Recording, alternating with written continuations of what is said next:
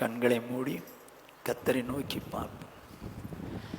எங்களை நேசிக்கிற எங்கள் மகா பரிசுத்தமுள்ள எங்கள் பரலோக பிதாவே, உம்முடைய பரிசுத்தமுள்ள நாமத்தை வாழ்த்தி ஸ்தோத்திரிக்கிறோம்.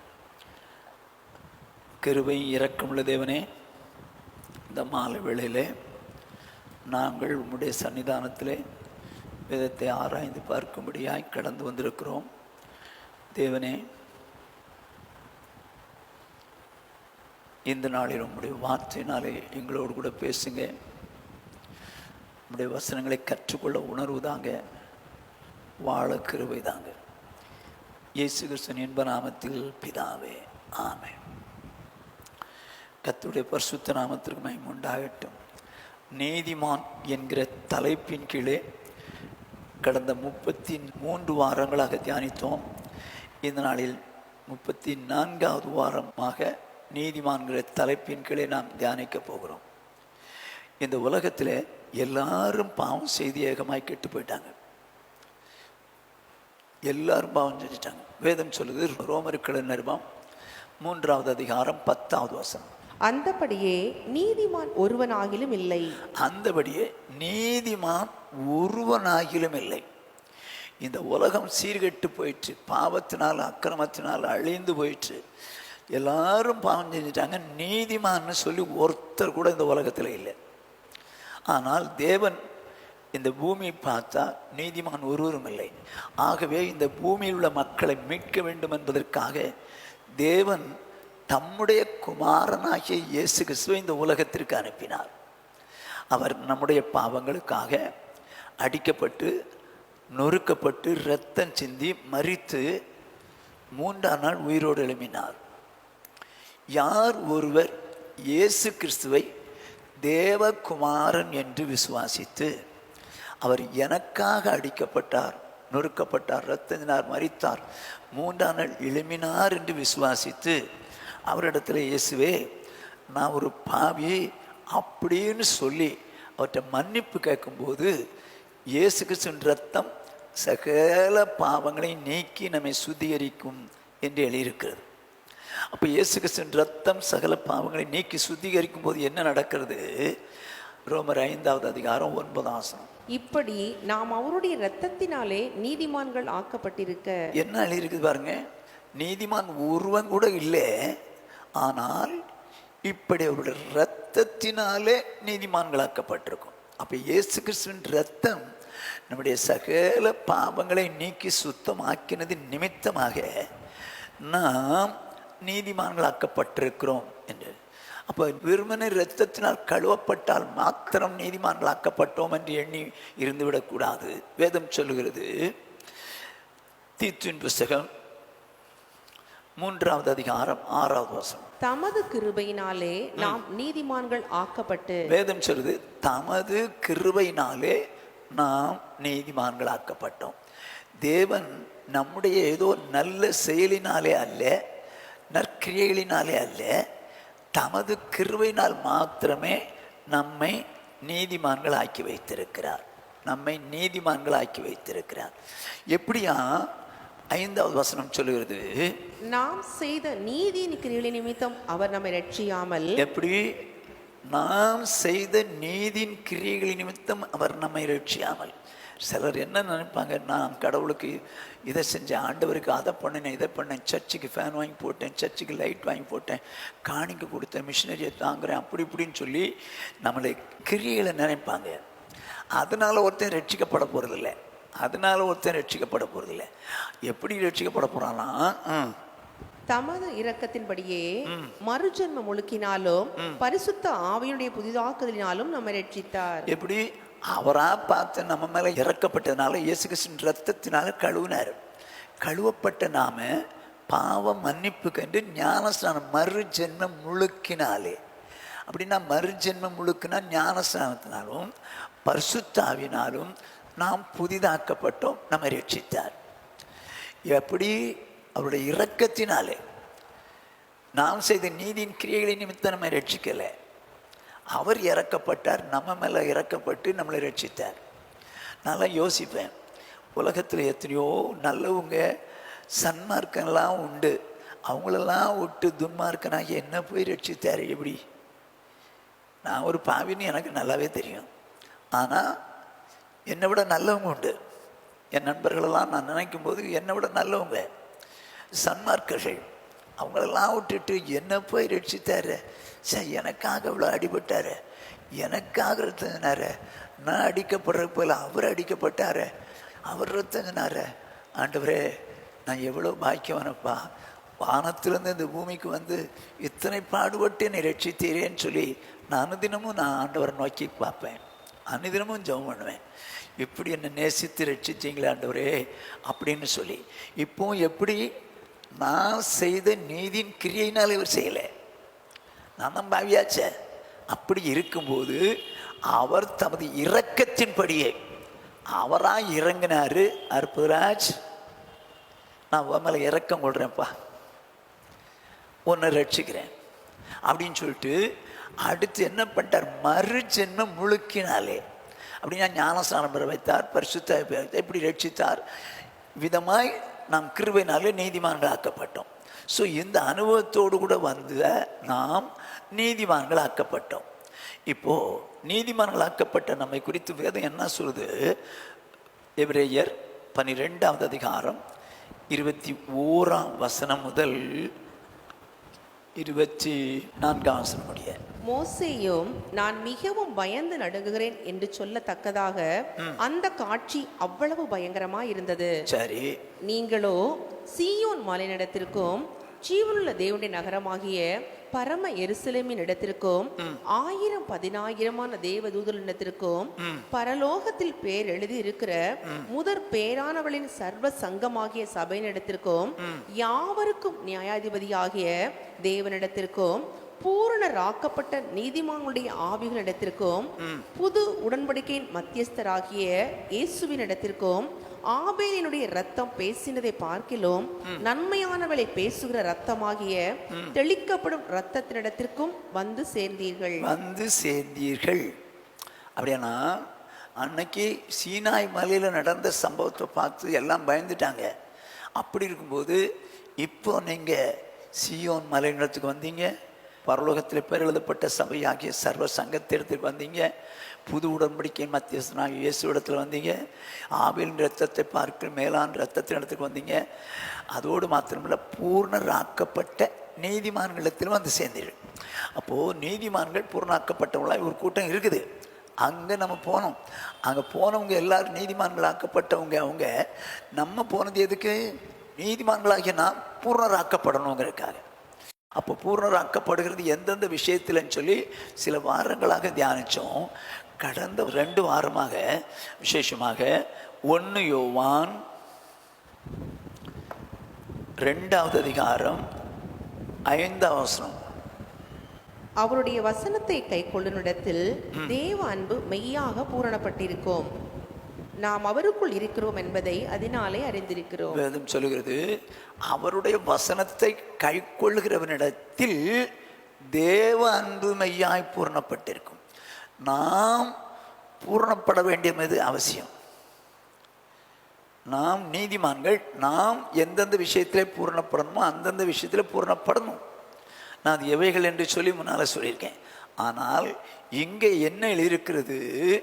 தேவனுடைய அன்பு ஒரு மனிதனிடத்திலே, ஒரு தேவனுடைய பிள்ளையினிடத்திலே பூரணப்படுகிறது. எப்போ?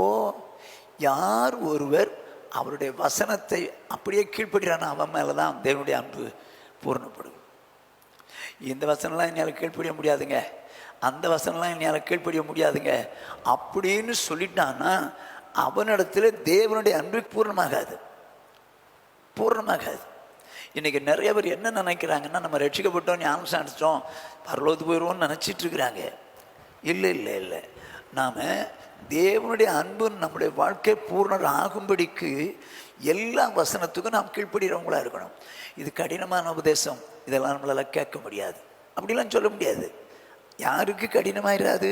1 யோவான் 5வது அதிகாரம் 3ஆம் வசனம்.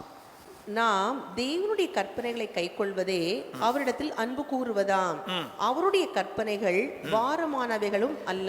என்ன சொல்ற பாருங்க, நாம் தேவனுடைய கற்பனைகளை கைக்கொள்றது தான் அன்பு. ஆனால் அவருடைய கற்பனைகள் நமக்கு பாரமாய். யாருக்கு பாரமாயிராது? தேவனிடத்தில் அன்பு கூறுறவர்களுக்கு பாரமாயிராது. அப்போ யார் தேவன் மேலே அன்பு பூர்ணமாக வைக்கணும்னு நினைக்கிறானோ அவனுக்கு எந்த வசனமும் பாரமாக இருக்காது. அப்படி பாரமாக இல்லாத பட்சத்தில் அவன் எல்லா வசனத்தையும் கை கொள்றான், எல்லா வசனத்தையும் கைவிடுறான். எனக்காக அடிக்கப்பட்டாரு, ஆகவே என் மேலே அன்பு செலுத்தின அவருக்காக நான் எதையும் செய்வேன்னு சொல்லி எல்லா வசனத்தையும் கீழ்ப்படிய தேவனுடைய அன்பு நம்ம மேலே பூரணமாகுது.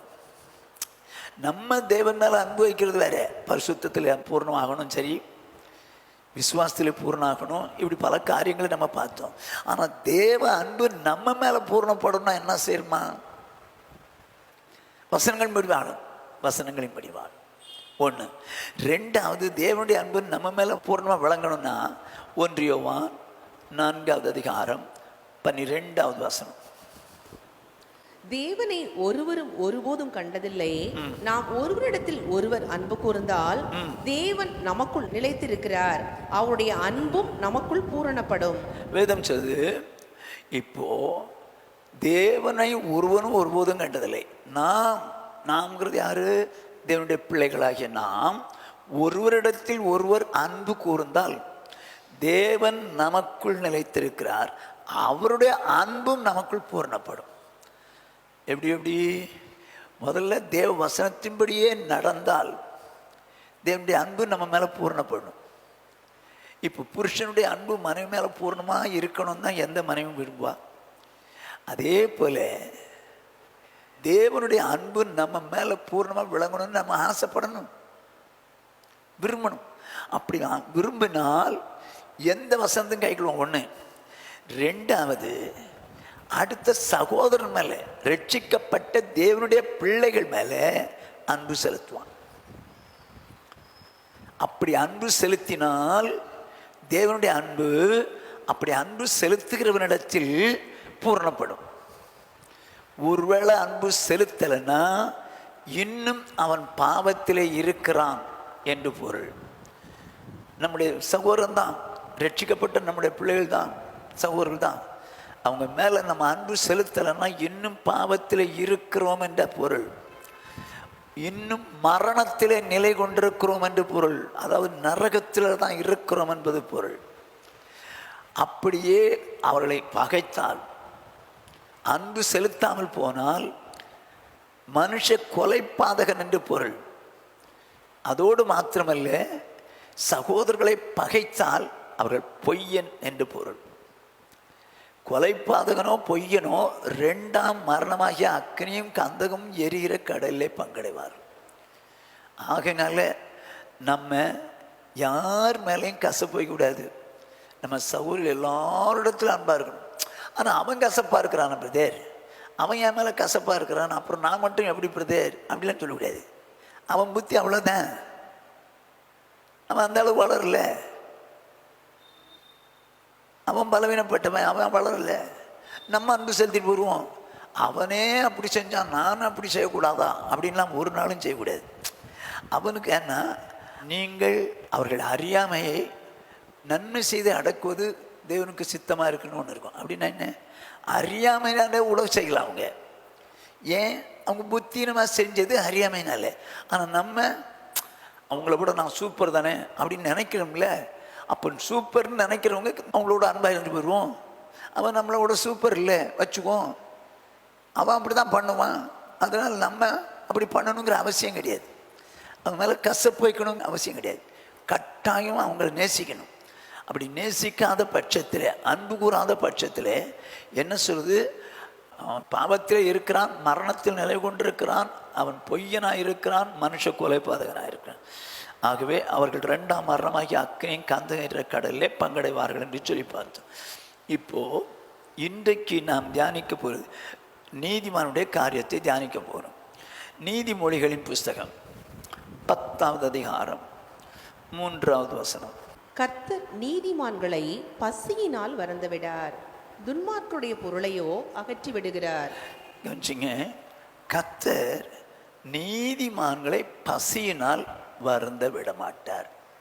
அப்படின்னா அவங்களை நீதிமான்களாக தேவன் தான் தமது இரக்கத்தினாலே மறுஜன்மம் முழுக்கினாலும் பரிசுத்தாவின் புதிதாக்கினாலும் நம்ம நீதிமான்களாக்கப்பட்டோம், ரட்சித்தால் நீதிமான்களாக்கப்பட்டோம். அப்போ அவருடைய நீதிமான்கள் நாம். நம்முடைய வாழ்க்கையில நம்மை பசியினால வருந்த விட மாட்டார். ஒரு நீதிமான் நான் பசியா இருக்கிறேன் அப்படின்னு சொல்ல விட மாட்டாருங்க. நான் பசியா இருக்கிறேன் அப்படிங்கிறத அவர் பொறுத்துக்க மாட்டார், அவர் ஒத்துக்க மாட்டார். பசியினால் வருந்த விட மாட்டாராம். இஸ்ரவேல் ஜனங்களை கர்த்தர் கானானுக்கு அழைத்து போகிறார். 6 லட்சம் புருஷர்கள், 6 லட்சம் புருஷர்கள் மட்டும். இப்போ ஸ்திரீகள் உண்டு, பிள்ளைகள் உண்டு, எல்லாம் உண்டு. இவங்களை நடத்திட்டு வர்றார். செங்கடல் தாண்டின பிறகு என்ன நடக்குது? 78வது சங்கீதம். அவங்களுக்கு என்ன கொடுக்குறாரு பாருங்க, எத்தனை பேருக்கும் சாப்பாடு கொடுக்கணும்.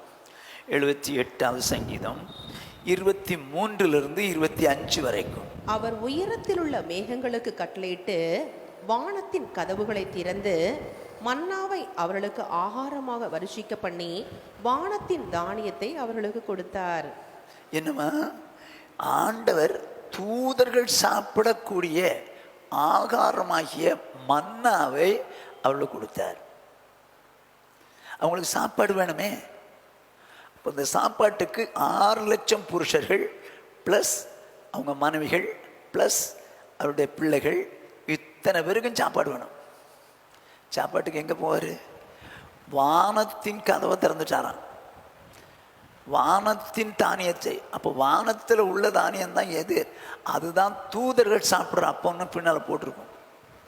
தூதர்கள் சாப்பிடக்கூடிய அப்பத்தை தன்னுடைய ஜனங்களுக்கு கொடுத்து அவங்க பசினால் வருந்திடக்கூடாதுன்னு சொல்லி தூதர்கள் சாப்பிடக்கூடிய மன்னாவை அவங்களுக்கு கொடுத்தார். அவர் என்ன பண்ண மாட்டாரா? நீதிமான்களே பசினால் வருந்த விடவே மாட்டார், வருந்த விட மாட்டார். பல ஆண்டுகளுக்கு முன்னால் நான் திருச்சியில் ஊழியம் செய்த நாட்களிலே என்னோடு கூட இன்னொரு சகோதரன் இருந்தார். அவர் ஒரு ரூமில் இருப்பார், நாங்கள் ஒரு ரூமில் இருப்போம். எனக்கு அப்போ 2 பிள்ளைகள். அந்த நேரத்தில் அந்த சூழ்நிலையில் எனக்கு மத்தியானத்துக்கு சாப்பாட்டுக்கு என்ன செய்யணும் எங்களுக்கு தெரியல.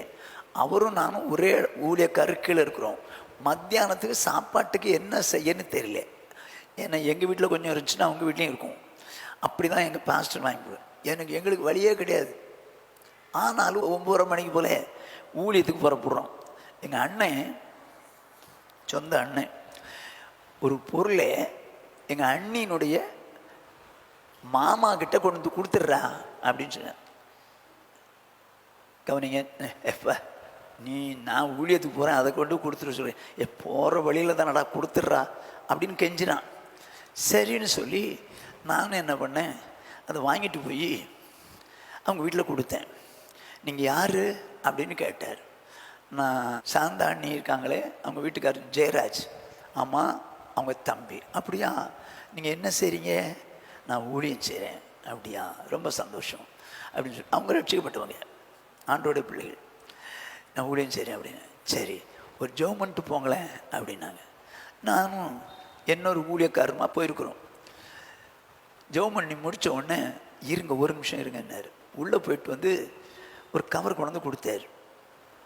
இல்லையா, பரவாயில்ல, இல்லை பரவாயில்ல, எனக்கு காணிக்க வேண்டாம், நாங்கள் போகிறோன்னு. வெளியே வந்து பார்த்தா 10 புது 10 ரூபா நோட்டு, 10 ரூபா நோட்டு. அப்படின்னா எவ்வளவு? 100 ரூபா புது நோட்டு. அப்போ அரிசி விலைலாம் கம்மி.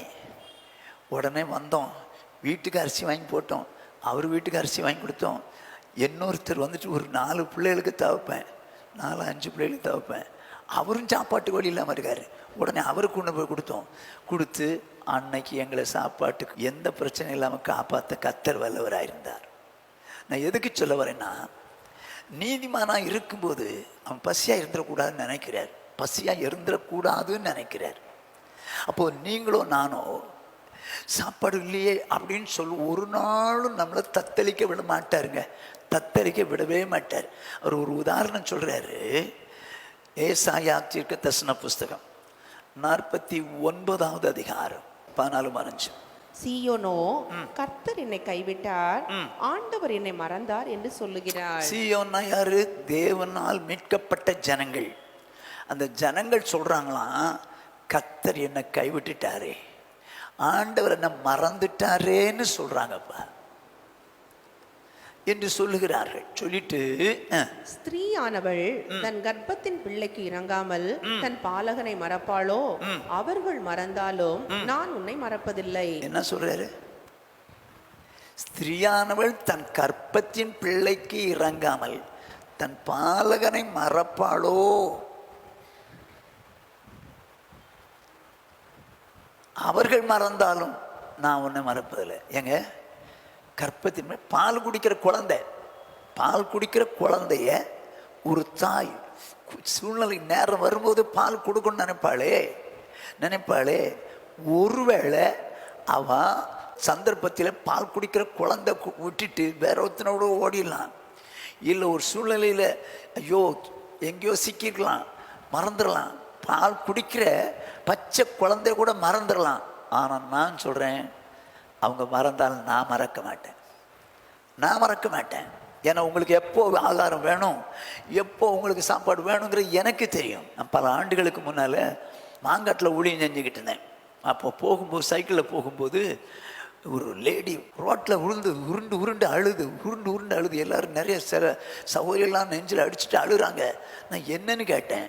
ஒன்றும் இல்லை, என்னன்னா இங்கேருந்து கரையாஞ்சாவிலேருந்து மாங்காட்டுக்கு போயிருக்காங்க. ஏதோ அன்னைக்கு விசேஷம் போட்டுருக்குது, எல்லோரும் நிறைய பேர் போயிருக்காங்க சொந்தக்காரங்க. போனவங்க ஒரு லேடி குழந்தை பால் குடிக்கிற குழந்தைய கையில் வச்சுருக்குது.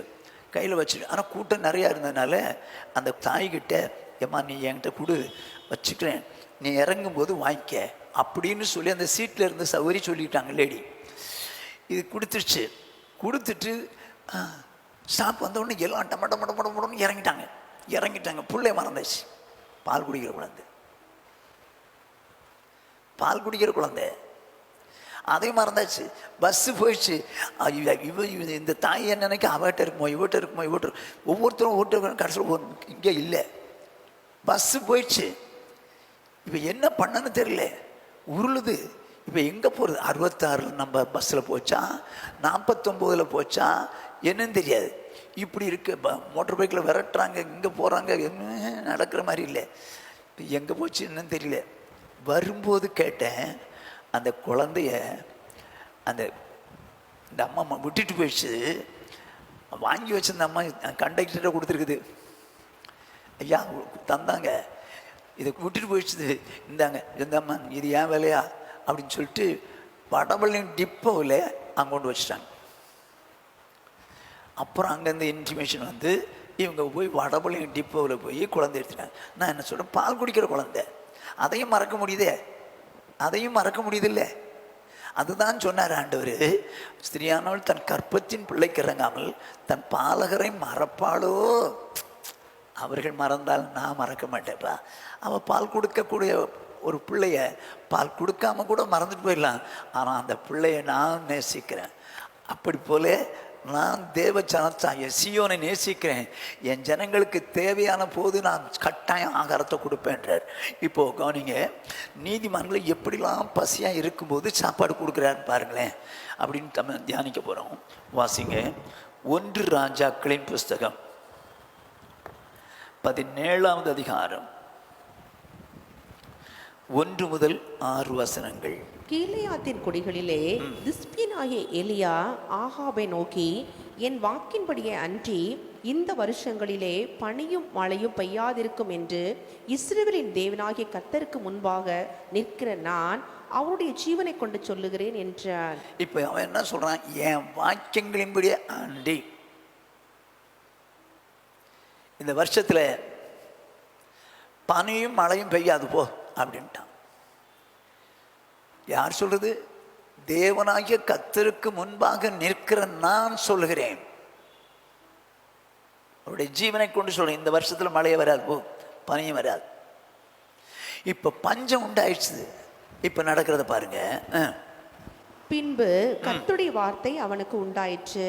அவர், நீ இவ்விடத்தை விட்டு கீழ்த்திசையை நோக்கி போய் யோர்தானுக்கு நேரா இருக்கிற கேரித் ஆற்றண்டையில் ஒளித்து கொண்டு. என்ன சொல்றாரு? இந்த இடத்துல வாங்க, அவன்கிட்ட பேசிட்டு வந்தாச்சு. நீ இந்த இடத்த விட்டுட்டு அங்கே போய் கீழ்த்திசைக்கு போய் யோர்தானுக்கு நேராக இருக்க கேரித் ஆற்றண்டையில் ஒளிச்சுக்கோ. எங்கே? கேரித் ஆற்று பக்கத்தில் உட்காந்துக்க. அங்கே என்ன இருக்குது? தண்ணி இருக்குது. கேரித் ஆற்றுல தண்ணி இருக்குது. சாப்பாடு வேணுமே. இவன் ஊரை விட்டு வெளியெல்லாம் இருக்கிறான், சாப்பாடு வேணுமே. அதுக்கு என்ன செய்கிறாரான்? அந்த ஆற்றின் தண்ணீரை குடிப்பாய், குடிப்பாய், அங்கே உன்னை போஷிக்க காகங்களுக்கு கட்டளையிடுவேன் என்றார். அட என்ன கரிசனை பாருங்க கர்த்தருக்கு. ஒரு தேவனுடைய மனுஷனாகி அவன் மேல என்ன கரிசனை பாருங்க. பஞ்சம், பயங்கர பஞ்சம். இந்த பஞ்சத்துல நீ போய் கேரித் ஆற்று பக்கத்தில் இருந்துக்கோ, அந்த தண்ணியை குடிச்சுக்கோ. நான் உன்னை போஷிக்கிறதுக்கு காகங்களுக்கு கட்டளையிடுவேன். சாப்பாட்டுக்கே வழி இல்லாத நேரத்தில், பஞ்சமான நேரத்தில் காகம் கொண்டு வந்து சாப்பாடு கொடுக்குதான். எப்படின்னு பாருங்க. அவன் போய் கர்த்தருடைய வார்த்தையின்படியே யோர்தானுக்கு நேரா இருக்கிற கேரித் ஆற்றண்டையில் தங்கியிருந்தான். வசனம் சொல்லுது பாருங்க, கர்த்தருடைய வார்த்தையின்படியே யோர்தானுக்கு நேராக இருக்கிற ஆற்றங்கடையில் தங்கிட்டான். ஆண்டவர் சொன்னபடி அப்படியே செய்வேன். நீதிமானாகிய எலியா. காகங்கள் அவனுக்கு விடியற்காலத்தில் அப்பமும் இறைச்சியும் சாயங்காலத்தில் அப்பமும் இறைச்சியும் கொண்டு வந்தது. ஓஹோ, பஞ்ச காலங்க, சாப்பாட்டுக்கே வழி இல்லை. ஆனால் கர்த்தர் நீதிமான்களை பசினால் வருந்த விட மாட்டார். இப்போ என்ன பண்றாரு? நீதிமானுக்கு கறியும் அப்பமும். ஐயோ, தேசத்திலே பஞ்சம், சாப்பிட்றதுக்கு வழி கிடையாது.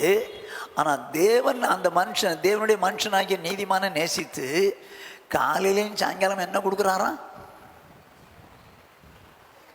அப்பமும் இறைச்சியும். அது யாருக்கு வந்து கொடுக்கறது? காக்கா. காக்காவுக்கு அங்கே சாப்பாடு இல்லாமல் தவிக்குது. இப்போ அந்த அப்பத்தை பார்த்தோன்னே சாப்பிட்டு போயிருக்கலாம், கறியை பார்த்தோன்னே சாப்பிட்டு போயிருக்கலாம். காக்கா, நீ அந்த அப்பத்தையும் கறியையும் அவங்க நேரம் அவன்கிட்ட கொண்டு கொடுக்கணும், இல்லைன்னா கொன்று விடுன்றாரா என்னமோ தெரியாது. நினச்சிருந்தா காக்கா சாப்பிட்ருக்கலாமே. ஏன்னா அப்பமும் கிடைக்காது, கறியும் கிடைக்காது. இப்போ கறியும் அப்பமும் கிடைக்குது, அந்த காக்கா சாப்பிட்ருக்கலாம். ஆனால் சாப்பிடாம காலையிலையும் சாயங்காலமும் என்னாச்சு? இப்போ அவன் பசி திருந்துச்சு. இப்போ நடக்கிறத பாருங்க. தேசத்தில் மழை பெய்யாதபடியினால் சில நாளுக்கு பின்பு அந்த ஆறு வற்றி போயிற்று. இப்போ மழையே கிடையாதுல்ல, அதனால தண்ணி இல்லாம போச்சு. ஆத்துல தண்ணி இருக்கிற வரைக்கும் அங்கே இருக்க சொன்னாரு. இப்போ தண்ணி இல்லை. இப்போ 9ஆம் வசனத்திலிருந்து வாசிங்களேன். நீ எழுந்து சீதோனுக்கு அடுத்த சாரிபாத் ஊருக்கு போய் அங்கே தங்கியிரு. முதல்ல எங்க? கேரித் ஆற்றண்டலே தங்கியிருந்தாரு. இப்போ சாரிபாத் ஊருக்கு போய் அங்கே தங்கியிரு.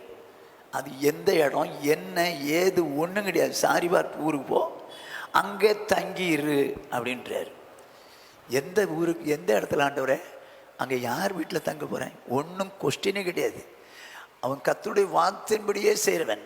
ஆகவே போயிட்டான். உன்னை பராமரிக்கும்படி அங்கே இருக்கிற ஒரு விதவைக்கு கட்டளையிட்டேன் ஆண்டவரே சொல்லிட்டாரு. நீ ஒன்றும் கவலைப்படாத, உன்னை பராமரிக்கிறதுக்கு ஒரு விதவையை கட்டளையிட்டேன். நீ காக்காவை கட்டளையிட்டேன், அங்கே ஒரு விதவையை கட்டளையிட்டேன் அப்படின்னு சொல்லிட்டாரு. அப்படியே அவன் எழுந்து சாரிபாத்துக்கு போனான். அந்த பட்டணத்தின் ஒலிமுக வாசலுக்கு அவன் வந்தபோது அங்கே ஒரு விதவை விறகு பொறுக்கி கொண்டிருந்தாள். இப்போ என்னாச்சு?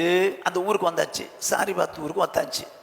வந்தா ஒரு விதவை விறகு பொறுக்கி கொண்டிருந்தாள். பார்த்த உடனே அவன் அவளை பார்த்து கூப்பிட்டு, நான் குடிக்கிறதற்கு கொஞ்சம் தண்ணீர் ஒரு பாத்திரத்தில் எனக்கு கொண்டு வா என்றான். இப்போ கேரியத் ஆத்துல தண்ணி கிடையாது, இந்த ஊர்ல தண்ணி இருக்கு, சாரிபாத் ஊர்ல. இப்ப என்ன சொல்றான்? ஏம்மா வந்திருக்கிறேன், நீ குடிக்கிறதுக்கு ஒரு பாத்திரத்துல கொஞ்சம் தண்ணி கொண்டு வாயேன் அப்படின்னு சொல்றான். கொண்டு வர அவள் போகிற போது அவன் அவளை நோக்கி கூப்பிட்டு, கொஞ்சம் அப்பமும் உன் கையில எனக்கு கொண்டு வா என்றான். ஐயோ, தண்ணி கேட்டான். தண்ணி எடுக்க போனா மறுபடியும் கூப்பிடுறான். இந்தம்மா கொஞ்சம் வா, வா. என்னய்யா? கொஞ்சம் அப்பமும் கொண்டு வந்துடுறேன். என்ன மாதிரி அவன் உரிமையா கேட்குறான் பாருங்க. கொஞ்சம் அப்பவும் கொண்டு வந்துடுறேன், நான் உங்க வீட்டுக்கு வர்றேன், சிஸ்டர் கொஞ்சம் தண்ணி கொடுங்க சிஸ்டர்ன்றேன். எடுக்க உள்ளே போகிறீங்க, வரும்போது 2 தோசை சுட்டுவாங்க சிஸ்டர். இது என்னடா புது ஊழியக்காரராக இருக்கார் இவர், தண்ணி கேட்டார் தோசை கொடுக்க சொல்கிறார். இப்படி தான் நினைப்பாங்க. அவன் ஓப்பனாக கேட்குறான் பாருங்க. அப்படின்னா அவனுடைய வாழ்க்கையில் அங்கே சாப்பிட்டுட்டான், இங்கே சாப்பிட்றதுக்கு சூழ்நிலை, இங்கே உன்னை காப்பாற்றுறதுக்கு நான் வச்சுருக்கேன், இவ்வளோ வச்சுருக்கேன், கொஞ்சம் அப்பமும் எடுத்துட்டு வாயேன் அப்படின்னு அவ சொல்கிற ரிசல்ட்டை பாருங்க.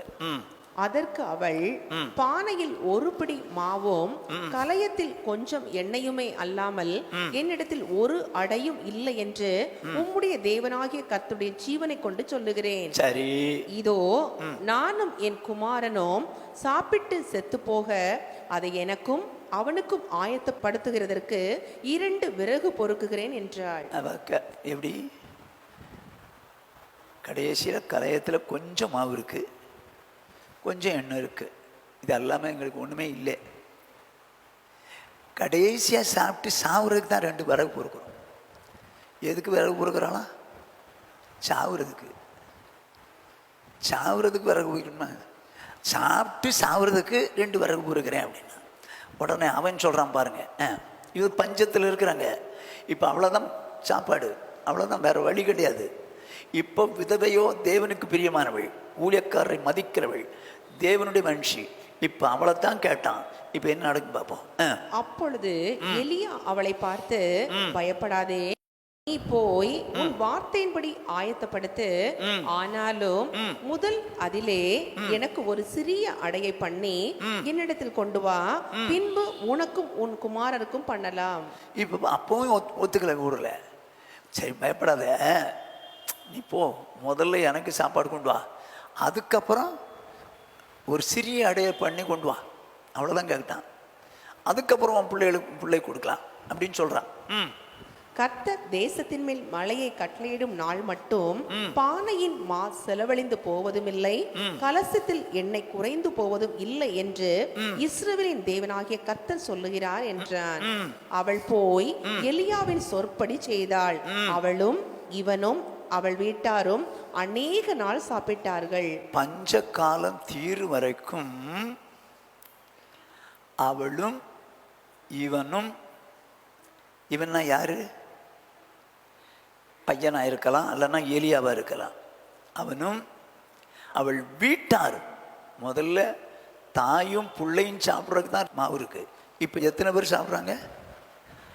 அவள், இவன், வீட்டார் மொத்தமாக வந்துட்டாங்க போட்டுக்குது. அத்தை உங்கள் வீட்டில் எடுக்க எடுக்க மாவு குறைய மாட்டேங்குதா அத்தை, அதனால் உங்கள் வீட்டுக்கே எல்லாரும் வந்துட்டோம். அத்தை சித்தி உங்கள் வீட்டில் எடுக்க எடுக்க மாவு குறையவே மாட்டேங்குதாமே, அதனால் உங்கள் வீட்டுக்கு வந்துட்டோம் சித்தி. ஐயோ, மொத்தமாக எல்லாரும் வந்துட்டாங்க. பஞ்சகாலம் தீர் வரைக்கும் கர்த்தர் இந்த பரிசுத்த வாட்டியாகிய அந்த விதவையோ அவன் குடும்பத்தையோ, அதே நேரத்தில் இந்த எலியாவையோ பசினால் வருந்த விடவில்லை. கர்த்தர் நீதிமானை பசினால் வருந்த விட மாட்டார், வருந்த விட மாட்டார். ஐயோ பசி ஆயிடுச்சு, என்ன பண்ணுறது என்ன பண்ணுறது ஏது பண்ணுறது, கட்டாயம் நிச்சயம் கர்த்தர் பொத்துன்னு போடுவாருங்க, பொத்துன்னு போடுவார். அதாவது பசியில் ஒரு தடவை அப்படி ஒன்று, ஒரு பாட்டி ஒரு விதவை கூரை வீட்டில் தங்கியிருக்கிறா. அந்த அம்மா நல்ல விசுவாசி. அந்த விசுவாசி ஆண்டவர்கிட்ட ஜெபம் பண்ணிகிட்டே இருந்திருக்குது. ஆண்டவரே எனக்கு பிரியாணி சாப்பிடணும் போல் ஆசையாக இருக்குது, பிரியாணி சாப்பிடணும் போல் ஆசையாக இருக்குது, எனக்கு ஒரு நாள் பிரியாணி தாங்க ஆண்டவரே, பிரியாணி தாங்க ஆண்டவரேன்னு சொல்லி ஜெபம் பண்ணிகிட்டே இருந்திருக்குதா. இதை ஒரு கம்யூனிஸ்ட்காரன், கடவுள் இல்லை என்று சொல்லக்கூடிய கம்யூனிஸ்ட்காரன் கேட்டிருக்கான். கேட்டுட்டு இந்த பாட்டிக்கு இந்த கிழவிக்கு ஒரு பாடம் கற்றுக் கொடுக்கணும் அப்படின்னு சொல்லிட்டு பிரியாணி போட்டில் வாங்கிட்டான். வாங்கிட்டு வந்து இது ஒரு குடிசை வீடு, இந்த நூலில் கட்டினான். மேலே மேலே ஏறி அந்த பாட்டி ஜெபம் பண்ணிட்டு போது பொட்டு அந்த நூலை இறக்குனா பாருங்க, அந்த வெயிட்டுக்கு அந்த பொட்டணும் அப்படியே விழுந்துருச்சு. விழுந்த உடனே பாட்டி கண்ணை திறந்து பார்க்குது. கண்ணை திறந்து பார்த்தா ஒரு பொட்டணும், என்னன்னு பார்த்தா பிரியாணி. ஆகா கர்த்தர் நம்ம மேலே எவ்வளோ அன்பாக இருக்காருப்பா, எவ்வளோ அன்பாக இருக்காருப்பார். நம்ம பிரியாணியே போட்டாருப்பா. ஸ்தோத்திர ஆண்டவரேன்னு சொல்லி பிரித்து வச்சு சாப்பிட்டுட்டு இருக்கிறான். திடீர்னு கதவு தட்டுற சத்தம் கேட்குது. யாரு? நான் தான் பாட்டி. வாப்பா, உள்ளவா உள்ளவா. என்ன பாட்டி சாப்பிட்ற? பிரியாணிப்பா. ஆண்டவர் பிரியாணிப்பா. பிரியாணி எப்படி வந்துச்சு பாட்டி? என் ஆண்டவர் கொடுத்தார் பாட்டி, என் ஆண்டவர் கொடுத்தார். ஆண்டவர் கொடுப்பாரு, நான் தான் மேலே இருந்து பொத்துன்னு போட்டேன் பாட்டி. ஐயோ, நீயா போட்ட? ஆண்டவர் எவ்வளவு நல்லவர் பாரு, பிசாசு கையிலிருந்த பொட்டணத்தை கூட பிடுங்கி போட்டார் பாரு அப்படின்னு சொல்லி இவன் ஆச்சு. என்னடா அது, நம்ம போட்டோன்னு சொன்னால் கடைசியில் போய் ஆண்டவர் கொடுத்தாருன்னு சொல்கிறார். ஏங்க, எப்படியோ ஒரு விதத்தில் கர்த்தர் கொடுக்க வல்லவர். யார் மூலமாக கொடுப்போம்? ஒன்று காக்கா மூலம் கொடுப்பார், இல்லைன்னா விதை மூலமாக கொடுப்பார். எப்படி வேணாலும் கொடுப்பார். நம்ம பசினால் வருந்த விட மாட்டாருங்க, பசினால் வருந்த விட மாட்டார். இப்போ இன்னொரு சம்பவத்துக்கு போவோம். 1 ராஜாக்கள் 19ஆம் அதிகாரம் 4ஆம் வசனத்திலிருந்து 8ஆம் வசனம் முடியும். அவன் வனாந்தரத்தில் ஒரு நாள் பிரயாணம் போய் ஒரு சூளை செடியின் கீழ் உட்கார்ந்து தான் சாக வேண்டும் என்று கோரி, போதும் கர்த்தாவே, என் ஆத்துமாவை எடுத்துக்கொள்ளும், நான் என் பிதாக்களை பார்க்கிலும் நல்லவன் அல்ல என்று சொல்லி. இப்போது இருங்க, இந்த ஆகாமுடைய மனைவி இருக்கிறாளே ஏசபேல், இவனை கொல்லணும்னு பிளான் போட்டா. இது இவன் காதுக்கு வந்துருச்சு. அவன் தலை இன்னைக்கு அவன் மேலே இருந்துச்சுன்னா என் தெய்வம் எங்களுக்கு சரி கட்டட்டும் அப்படின்றா. இது அவன் காதுக்கு வந்துருச்சு. அதனால் தான் வேலைக்காரனை கூப்பிட்டு, எப்பா நான் அந்த ஊருக்கு போகிறேன், நீ இங்கே இருற. அவங்க விட மாட்டேங்கிறான். அவன் கூடவே போகிறான். கூடவே போகிற கொஞ்சம் தூரத்தில் இங்கே இருறான், நான் கொஞ்சம் தூரம் போகணும்னு சொல்லி ஒரு நாள் பிரயாணமாக போகிறான். நல்லா கொஞ்சம் அதில் என்ன போட்டு பாருங்க, ஒரு நாள் வனாந்திரத்திலே ஒரு நாள் பிரயாணமாக போகிறான். இருக்கிறதோ வனாந்திரம், பிரயாணம் போனதோ ஒரு நாள் தூரம். அப்படின்னா பசி எவ்வளோ வந்திருக்கும்? அவன் சொல்கிறான், சூரச்செடியின் கீழே உட்காந்துட்டு நான் சாகணும் ஆண்டவரே, போதும் கர்த்தாவே, என் ஆத்மா எடுத்துக்கொள்ளுங்க, என் பிதாக்களை பார்க்க நான் நல்லவன் இல்லைன்னு சொல்லி உயிரை ஆண்டவரை நீங்கள் எடுத்துங்கன்னு கேட்குறான். ஒரு நாள் பிரயாணம், சாப்பாடு கிடையாது, பசியில் வரான். இப்போ படுத்துக்கிட்டான். சொல்லி ஒரு சூறை செடியின் கீழ் படுத்துக்கொண்டு நித்திரை பண்ணினான். அப்பொழுது ஒரு தூதன் அவனை தட்டி எழுப்பி, எழுந்திருந்து போஜனம் பண்ணு என்றான். ஐயோ, அவன் ஒரு நாள் பிரயாணமா வந்திருக்கிறான், சாப்பிடவே இல்லை. இப்போ போதும் ஆண்டவரே, பிதாக்களை போல நல்லவன் இல்லை நான், என்னை எடுத்துங்கன்னு கேட்டா அந்த பசியில் தூங்கிட்டான், நித்திரை பண்ணிட்டான். ஆனால் வேதம் என்ன சொல்ற, அப்பொழுது பசியாக இருக்கக்கூடிய அப்பொழுது ஒரு தூதன் அவனை தட்டி எழுப்பி, சாப்பிடுப்பா. இது என்னடா இது? தூதனுக்கு இவனுக்கு என்ன சம்பந்தம்? என் கர்த்தர் நீதிமானை பசியினால் வறந்து விட மாட்டார். என் பிள்ளை ஒரு நாள் முழுசும் பிரயாணப்பட்டிருக்கான், சாப்பாடு வேற இல்லை, சாவ போறேன்றான். அவன் என்ன பண்ணிட்டாரு? தூதன் தட்டி எழுப்பி சாப்பிடுன்றான். எப்படி சாப்பாடு கொடுக்குறாரு பாருங்க ஆண்டவர்.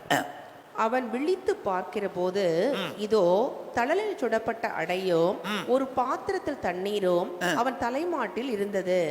அப்பொழுது அவன் புசித்து குடித்து திரும்ப படுத்து கொண்டான். அதான் இப்போ களைப்பு தீர்ந்துச்சு, திரும்ப படுத்துக்கிட்டான். என்னவா அவன் எழுமுனா, அவன் விழித்து பாரு, தழலில் சுடப்பட்ட அடை இருக்குது, ஒரு பாத்திரத்தில் தண்ணீர் இருக்குது. எப்படி வந்திருக்குங்க? இவனோ வனாந்திரத்தில் போயிட்டு இருக்கிறான், வனாந்திரத்தில் ஒரு நாள் பிரயாணமா போறான். எப்படி பாத்திரம் வந்திருக்கும்?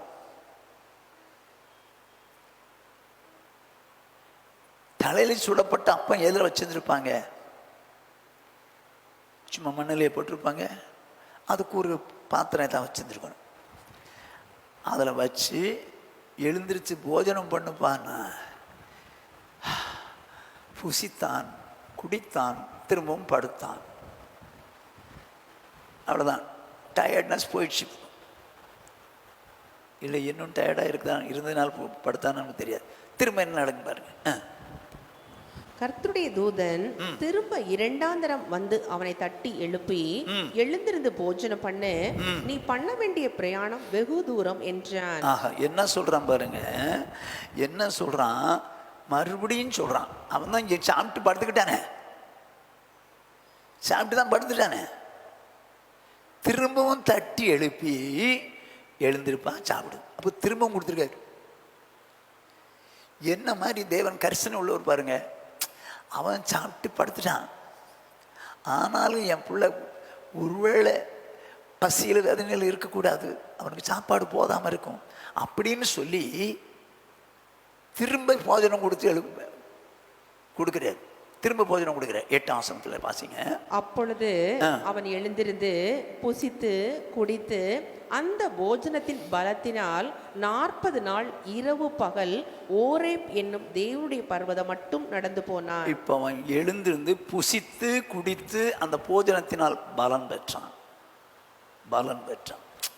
அப்போ சாப்பாடு இல்லைன்னா பலவீனம் ஆயிடுவாங்க.